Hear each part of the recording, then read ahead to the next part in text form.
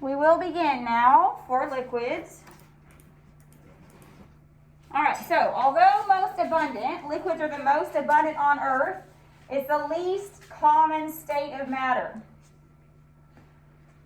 The reason why, in order to have a liquid state of matter, there's a very narrow range of temperatures and pressures which would allow the liquid state.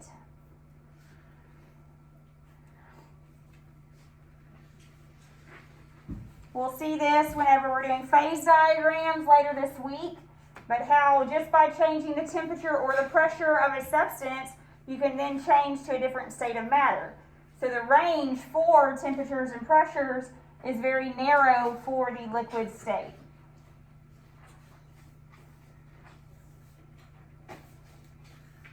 So what makes something a liquid or a gas? It just means, depending where you're going to fall on this phase change diagram, what temperature and what pressure you are holding at for a specific substance, that will determine whether you are at a liquid or a gas or even a solid, which we're going to discuss later today.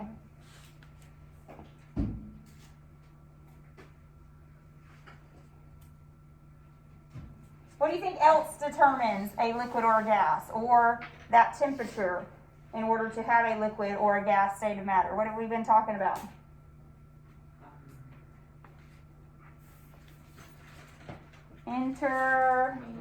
Intermolecular forces. So we already talked last week how gases had the weakest intermolecular force. That's because their boiling points are so low, and that's why they are in a gas state of matter. What do you think about liquids then? They're going to have a slightly higher intermolecular force than the gases did. All right, and we'll find out more here later about the solids in just a second as well. But exactly right. They're going to have a slightly higher intermolecular force. That way they're going to have a little higher boiling point than those gases did. That way they can be here in, or at room temperature in a liquid state. Typically, liquids are going to mostly be the dipole-dipole intermolecular force. All right, that's what we will see. So here's some properties of liquids. Their particles are in constant motion.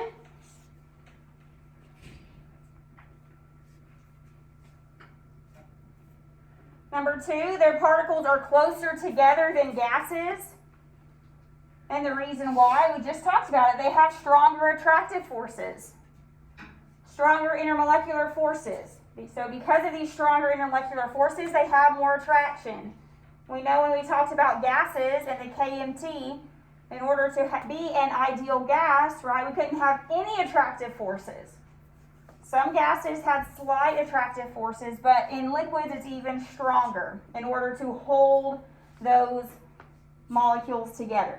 Because we know when we look at a liquid, molecules are touching each other, they're flowing around each other. Okay, so they have to be attracted to each other. The molecules are more ordered, which means they have a stronger intermolecular force. And what I mean by more ordered here, like I said, most of the time they're going to be a dipole-dipole, which in order to have a dipole-dipole attraction, you have to have your partial positive being attracted to your partial negative. So the molecules are going to have order to them just on the way their attraction is. That gives them a lower mobility because of this attraction, because they have to be ordered in a certain way, and you can't have a partial positive attracting to a partial positive or partial negative to a partial negative. There has to be order, and that decreases the mobility of the particles somewhat. But we know, unlike solids, particles are not bound in a fixed position. They can move around. But they're not as free as a gas. They're that in between.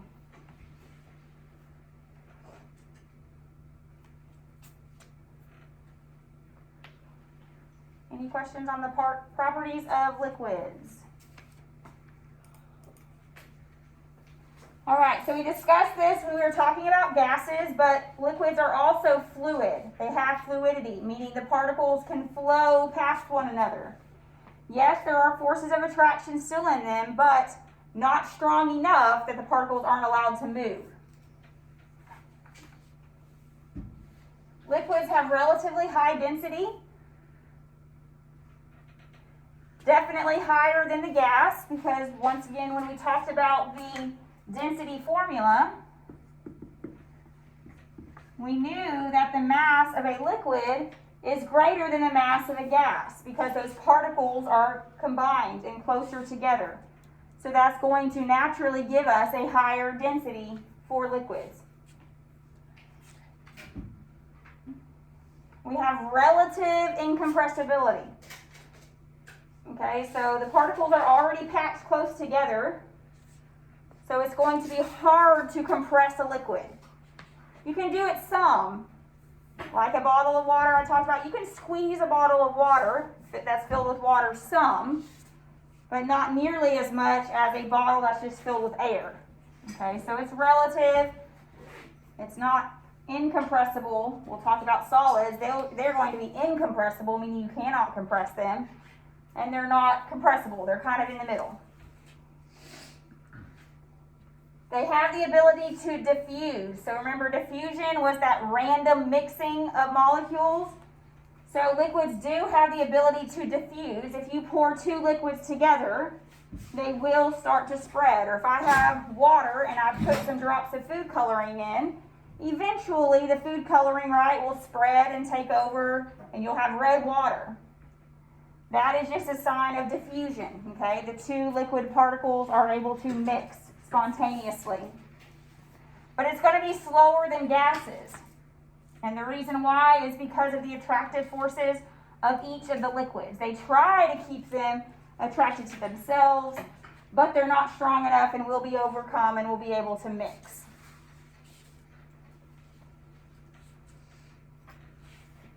Any questions on these properties for liquids?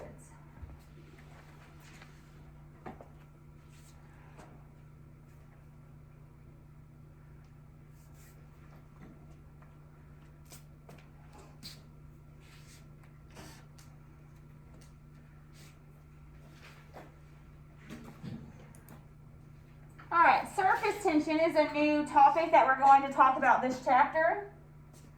What it is when attractive forces tend to pull adjacent parts of a liquid surface together. Why is that? That's to help hold items at the surface of a liquid.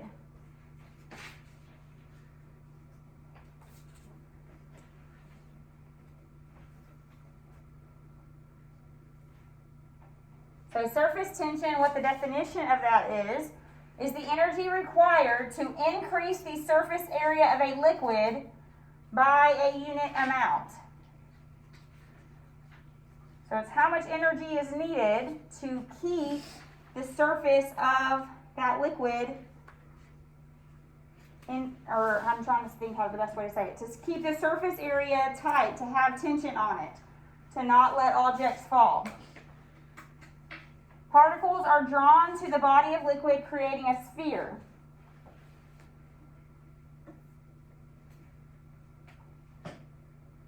Surfactants are substances that lower surface tension, all right, to let that surface be more easily broken. Soap is an idea or an example of surface or surfactant. If you put soap in water, that's what makes detergent able to fight through stains and things, because it breaks that surface tension and allows that liquid to penetrate into the clothes instead of just being a flat surface. Same thing with using soap to wash your hands. Instead of just having a film of water on your hands, the soap actually tears down that surface tension in order for the water to be able to turn soapy and break up that tension.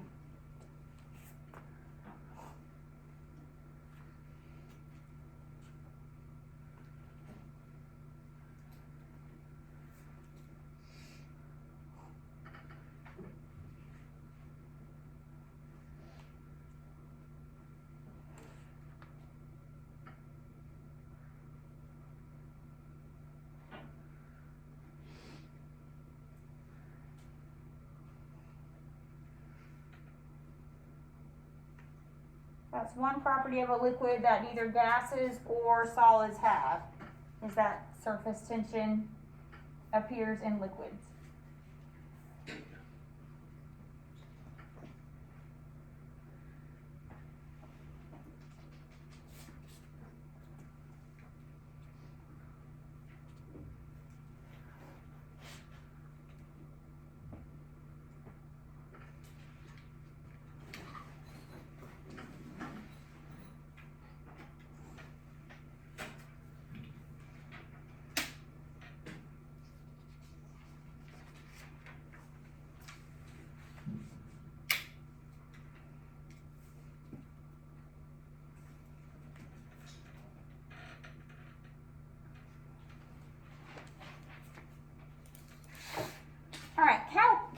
capillary action. Liquids are able to be drawn up in narrow cylinders. So I'm sure all of y'all have put a straw in a glass of water at a restaurant, put your finger over it, right? And what happens?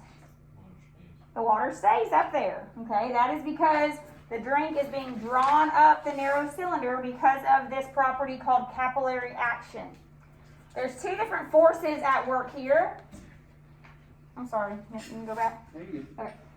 One is called cohesion forces, and that is the attraction between identical molecules. So cohesion, for this example of a straw, would be the attractive forces between the water molecules within your glass. That's cohesion, attraction of identical molecules. All the water molecules being attracted to other water molecules is cohesion. Adhesion forces are attractive forces between molecules that are different. So in this case, it would be the water molecules being attracted to the plastic, the molecules that make up the plastic in the straw. The reason why this capillary action occurs is because adhesion forces are greater than any cohesion forces. So the water molecules are naturally more attracted to the plastic molecules in the straw. That is why the water molecules would rather climb up the plastic straw than being attracted to the other water molecules around it. Okay, so that is what the science behind that, why that happens. Because the adhesion forces are greater than the cohesion. You can think of the same thing. If you look at a glass of water, or whenever we're looking in the lab and you see a test tube, and you notice that there's always a little, like, meniscus thing. Remember looking at that, and you have to actually measure to the bottom, but you see, hey, the water, why does that happen? Why wouldn't it just be flat? That is because of this, the adhesion forces, so the forces of the water, or whatever the liquid is, are more attracted to the glass on the side of the walls than to the other water molecules. So it starts to climb up because of the attractive forces.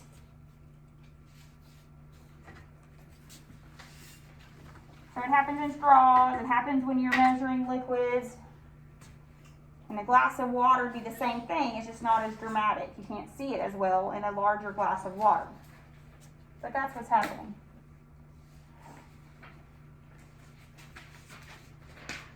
Any questions on capillary action?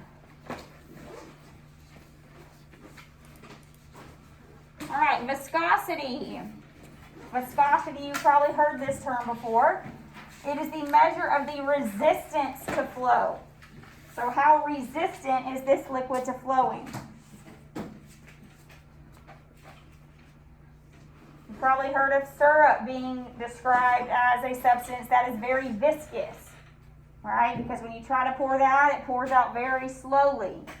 That is, the stronger the intermolecular forces, so the stronger the attractive forces, the stronger those molecules are trying to hold themselves together, the greater the resistance to flow, because they don't want to leave each other. They're attracted to each other. Okay, so the more viscous substance is occurring because they have greater intermolecular forces. Larger mass molecules also increase viscosity. So the larger the molecules, the more resistant they are to flow as well. Which was similar when we were talking about effusion, and the larger the gas molecules, the slower the rate of effusion, because these molecules are larger and do not move as quickly. The higher the temperature, decreases the viscosity. When you increase the temperature or heat something up, then you're breaking down those intermolecular forces, therefore allowing the liquid to flow easier than at lower temperatures. You might have tried that before. You might have heated up your syrup. Some people like syrup warm so that it really flows good. Okay, but you would see as you heat up a liquid, you're decreasing those intermolecular forces because the heat is starting to break down the attractive forces and therefore decrease the resistance, letting it flow, the substance flow easier.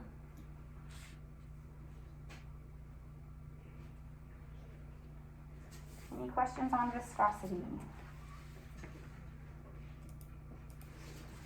All right, so we're done with liquids. Now we're just going to hit solids today. And then we will be done with the three different states of matter.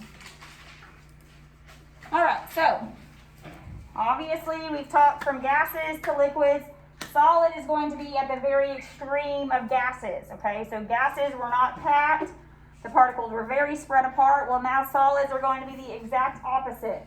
Our molecules are packed very tightly in a solid. Why do you think this is?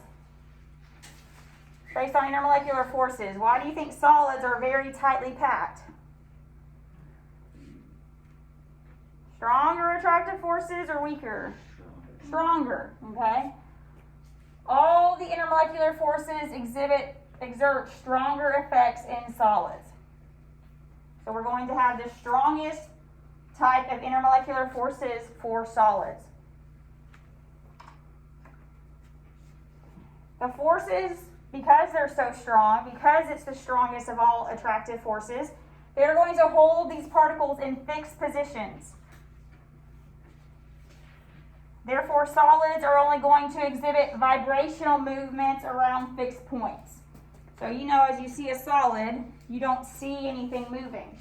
At the microscopic level, the molecules are vibrating very, very, very slowly in place.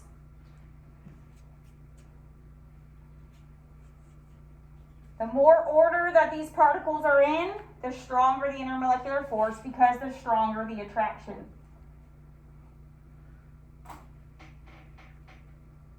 So all of these topics, all of these properties we've been talking about all come down to what's going on with the intermolecular forces.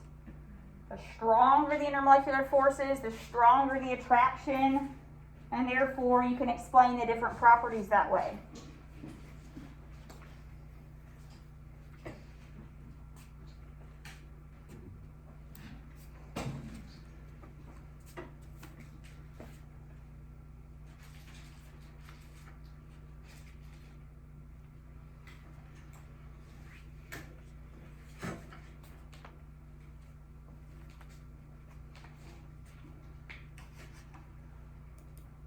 Okay, so we have different types of solids. We did talk about this briefly when we were talking about ionic bonding, all right? But there are two different types of solids. One is crystalline, and that consists of crystals. And what crystals are particles that are arranged in an orderly repeating pattern. Amorphous is the exact opposite. The particles are arranged randomly. So obviously from these two drawings, you should be able to tell this is crystalline here on the left because we have the same repeating pattern. Amorphous here would be on the right. The particles are still arranged in the same way, being that positive, negative, positive, negative, positive, negative, right? We can't change the way the molecules bond, but the arrangement is not orderly in a crystalline structure, or excuse me, in an amorphous structure.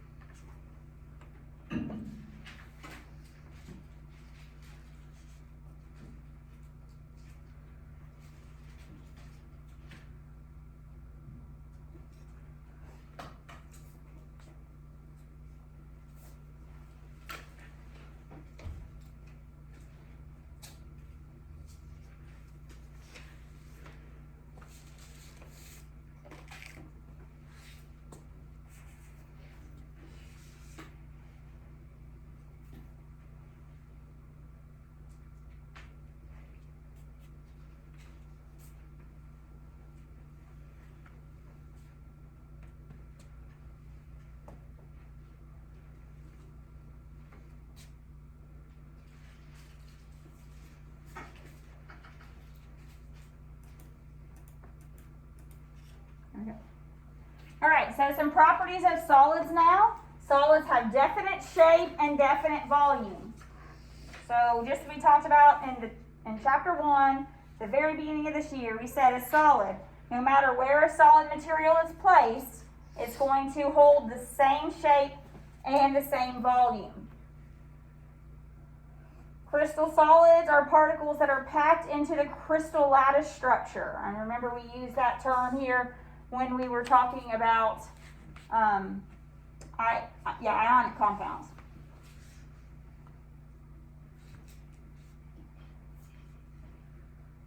Amorphous, when they're broken, they're going to maintain a definite shape, but they're not all going to be the same geometric shape. So crystalline structures, they will have the same shape. Might be different sizes, but the same shape, the same pattern. Amorphous, as you can see over here, all sorts of different shapes, because that's just the way that those molecules have bonded, not in a repeating pattern.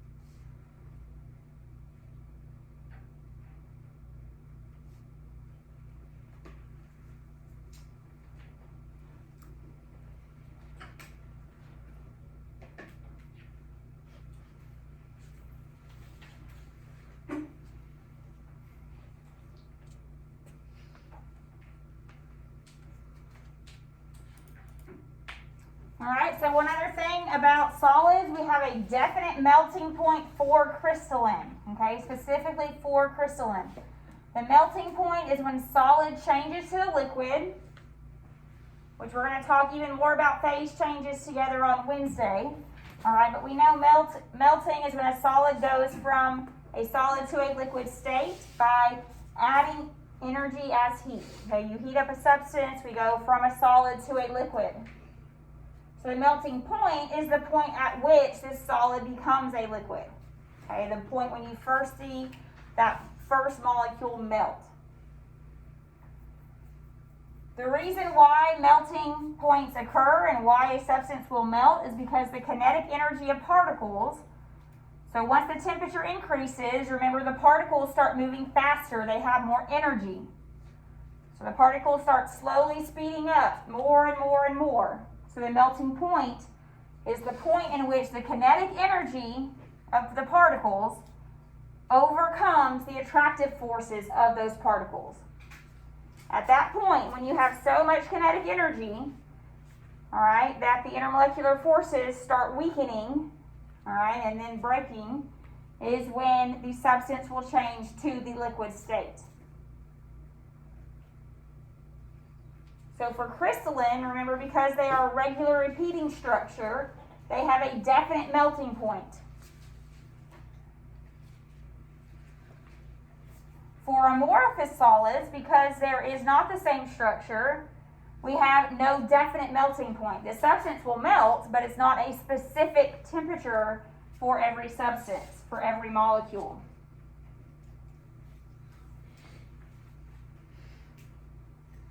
This is again because the particles are arranged randomly. So you cannot say that there's a certain temperature because the molecules and particles are arranged differently. So those attractive forces will sometimes be stronger at some points than others, depending on how the molecules arrange themselves.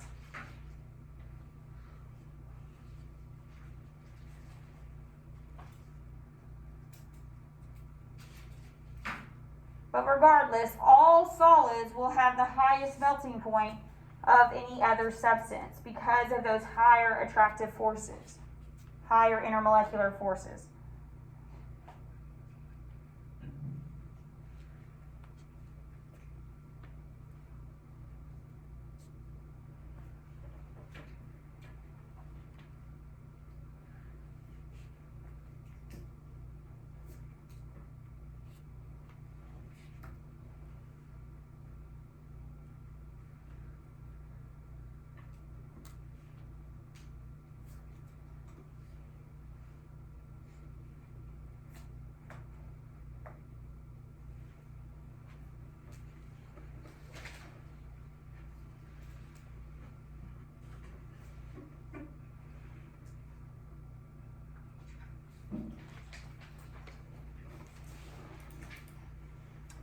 right, just a few more properties. They're highly incompressible.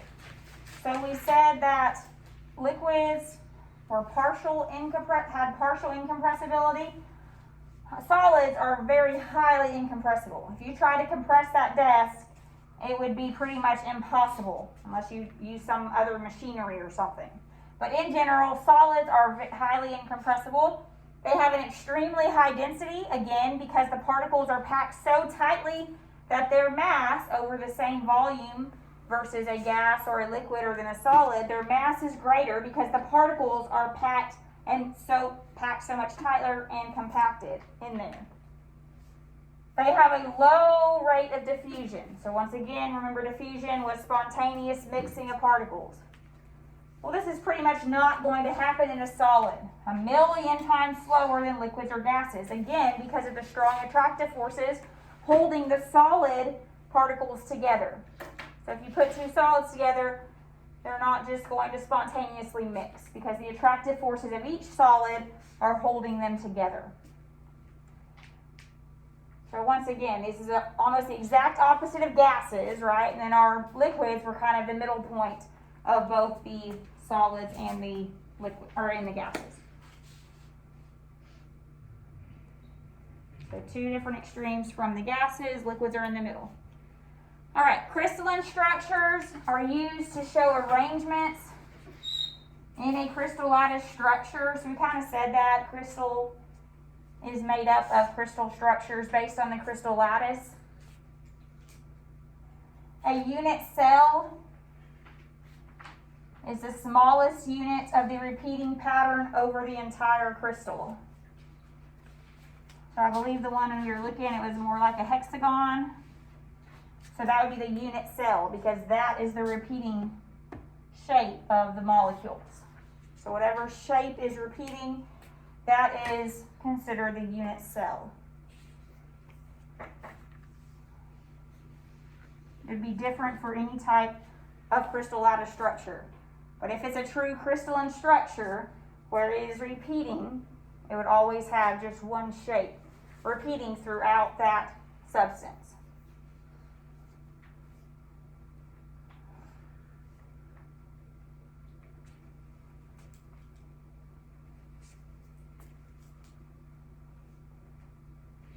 A couple more slides and we will be done with our solids.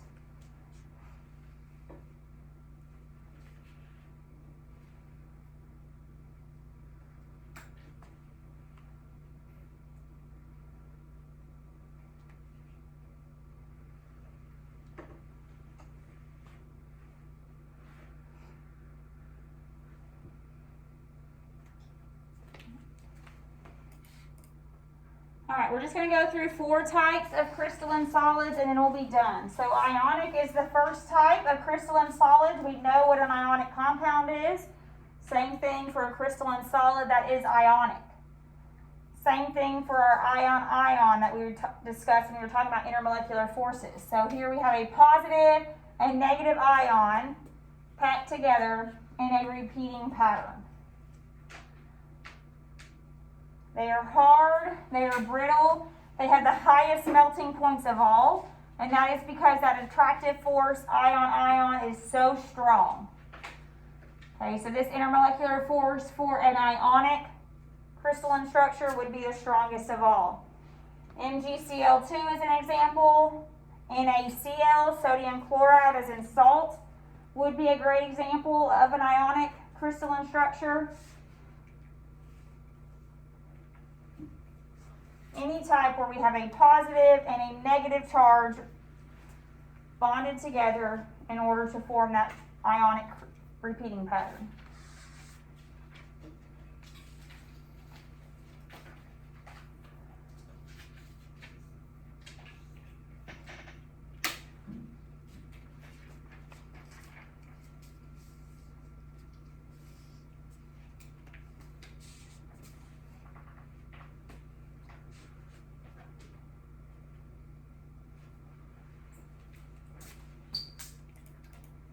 All right, the next type we'll talk about is covalent network, and this is when each atom is covalently bonded to a neighboring atom. Okay, so one covalent compound is bound to another neighboring covalent compound. Okay, so only covalent compounds are existing here. They are hard, brittle, non-conductors, and sometimes semiconductors. Silicon dioxide, graphite, and diamond are some examples. The main thing here for covalent network is that they're all non-metals. Okay, we know in covalent compounds, they had to be non-metals, and that is true for covalent network as well.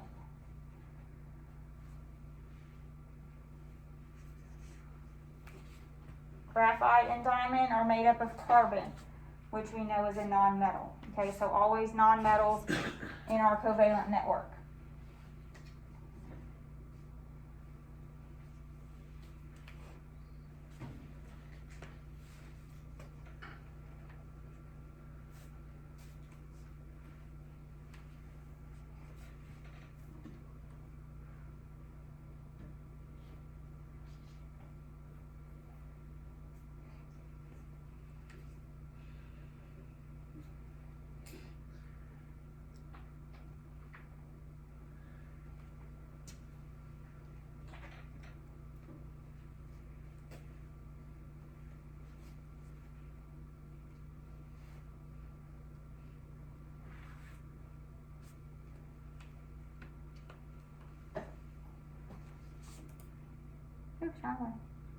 Last two, metallic is when metals are just attracted to other metals.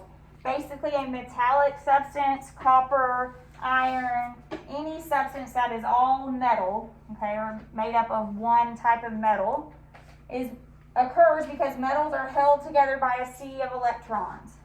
Okay, so we have a metal ion held together by just electrons in general to that other metal ion. Okay, so most of these types of metals are your transition metals, because you know we have iron, you have just iron substances, copper, silver, gold. Okay, so the way these substances are created is because they are an ion, always positive cation, attracted to the sea of electrons, so that is able to attract one metal ion to another. Our last type of solid we'll talk about is a covalent molecular. The last one was covalent network, okay, and that's when we had covalent compounds attracted to other covalent compounds.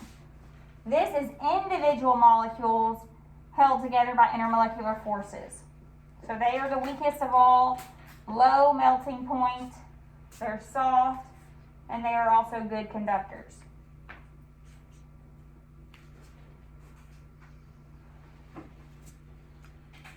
Any questions on the 4 types of crystalline structures?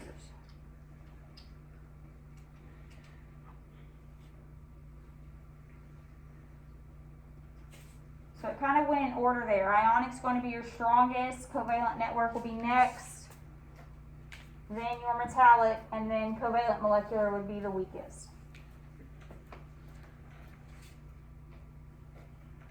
All right, any questions on solids or liquids that we covered today?